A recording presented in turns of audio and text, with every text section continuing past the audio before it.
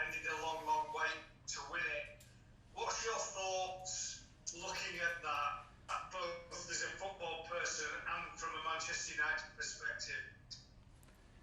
Well, I think any time first of all, any team that wins the championship and Premier League deserves it, and they deserve credit. It's a hard league to win. So well done to Jurgen and his players. For me, it's every time you see anyone else lift a trophy, it hurts. So that's I reckon that's the feeling that everyone associated with Man United, all our players, staff, and supporters. Of course, we want to get back to winning ways, and that's our challenge.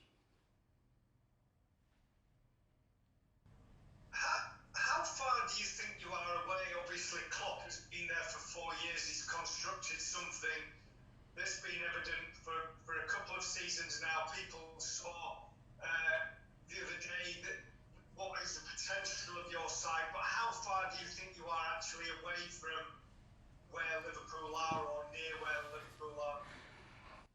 I don't think it's time to say or right to say exactly how far you're behind. Of course, we are in a position now that we have to improve. We have to get into the Champions League, higher up in the league, and start challenging for trophies. And that consistency and efficiency that they've shown, that's a challenge for ours as well. We know at our best we are very, very good, and we have to do that every Saturday, Tuesday, Wednesday, Thursday, whatever day it is. We've got to do it again and again, and that's the challenge for our players going forward. Okay, Simon Peach. Ollie, as much as Liverpool deserved it, it must put a fire up for you guys. And the FA Cup, I guess, is the kind of competition that, if you win it, can act as a catalyst for further successes and a renewed, improved Premier League title bid. Well, I think, first of all, FA Cup is a fantastic tournament, and it's a fantastic final to play a part in. It's a fantastic trophy to lift, and for our team now, it's a new team, and to get our hands on the first trophy, win a first title would be fantastic, and hopefully a catalyst to more things to come. So we are very focused on doing our best, getting obviously through to the next round, and hopefully then to the final. You've got the added complications of having to travel in socially distanced ways to Norwich, then to Brighton. We've had the heat to deal with. We've got games in close. Are we going to be seeing rotation of the squad tomorrow? Are you going to have to think about that side of it, and how many extra challenges is it going to pose? Well, I think, with the long layoff that we've had, and to be looking after the players is one of our jobs at the moment. And with, as you say, rotations, it's we played Wednesday, then it's Saturday, then it's Tuesday, Saturday again, heat, everything. So there'll be a few changes, but then that's, if you want to be a part of a winning Man United team, you have to make a couple of changes. So, but that's the situation we're in. We all agreed on, okay, we tried to finish the season, and we're going to do our best to both put performances on and make sure the players are safe. James Cooper. Morning, Ollie. Hi. I don't want to make this a Liverpool press conference, but I'll ask you a Liverpool question, if I may. You waited Manchester United 26 years to win a title, then won 13 on the bounce, pretty much over those next sort of 25, 26 years. Can they do that? Or have conditions changed to have that sort of dynasty, that sort of domination? Obviously, the run of titles that we won under Sir Alex, I don't think that's going to be easy for anyone to emulate and to copy.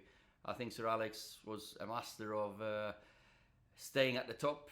So for me, it's our challenge is to make sure that it doesn't go, say, 26 years until the next time we win it, or even more. So we're going to do everything we can to shorten the distance, or maybe even go past them, of course.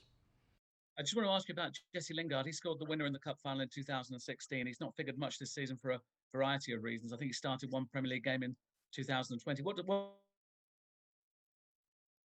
United, Dolly? Jesse has come back after the lockdown with a smile on his face, loads of energy.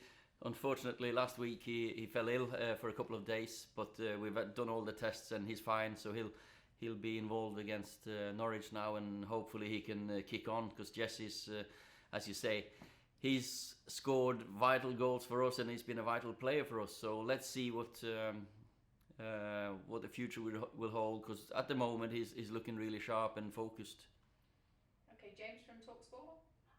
Ollie, there's been consistent progress in 2020, but are you still expecting there to be a few bumps along the road as you try and get United back to the very top?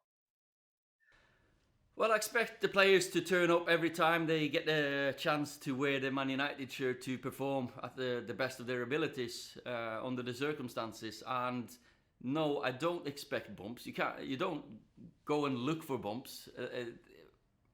Of course, you play against different teams, difficult teams, teams that want to win and give you challenges. But for us, every game is a chance to, one, prove that you're good enough for Man United and that we are on the right track. So, and every game when you play for Man United is a game that you can win. So for us, I think it's a challenge now to keep the consistency.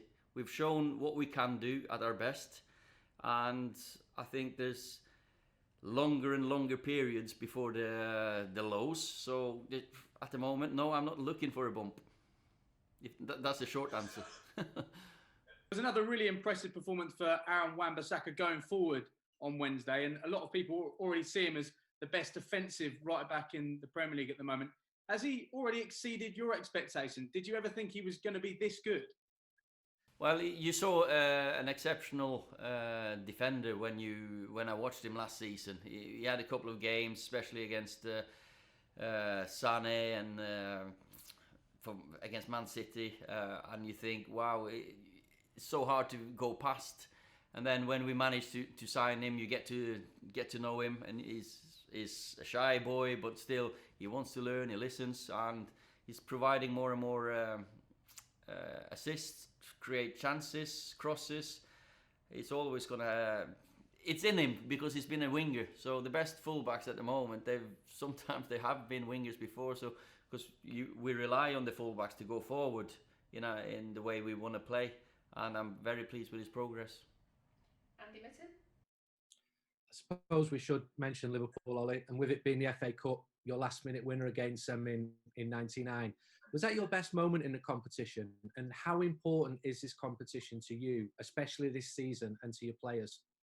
FA Cup's fantastic, and when I was a young boy back home, it was always the last game and the climax of the season, the game you look forward to. It was broadcast live on telly in Norway, and for me, yeah, that goal against them, probably the best moment in the FA Cup for me.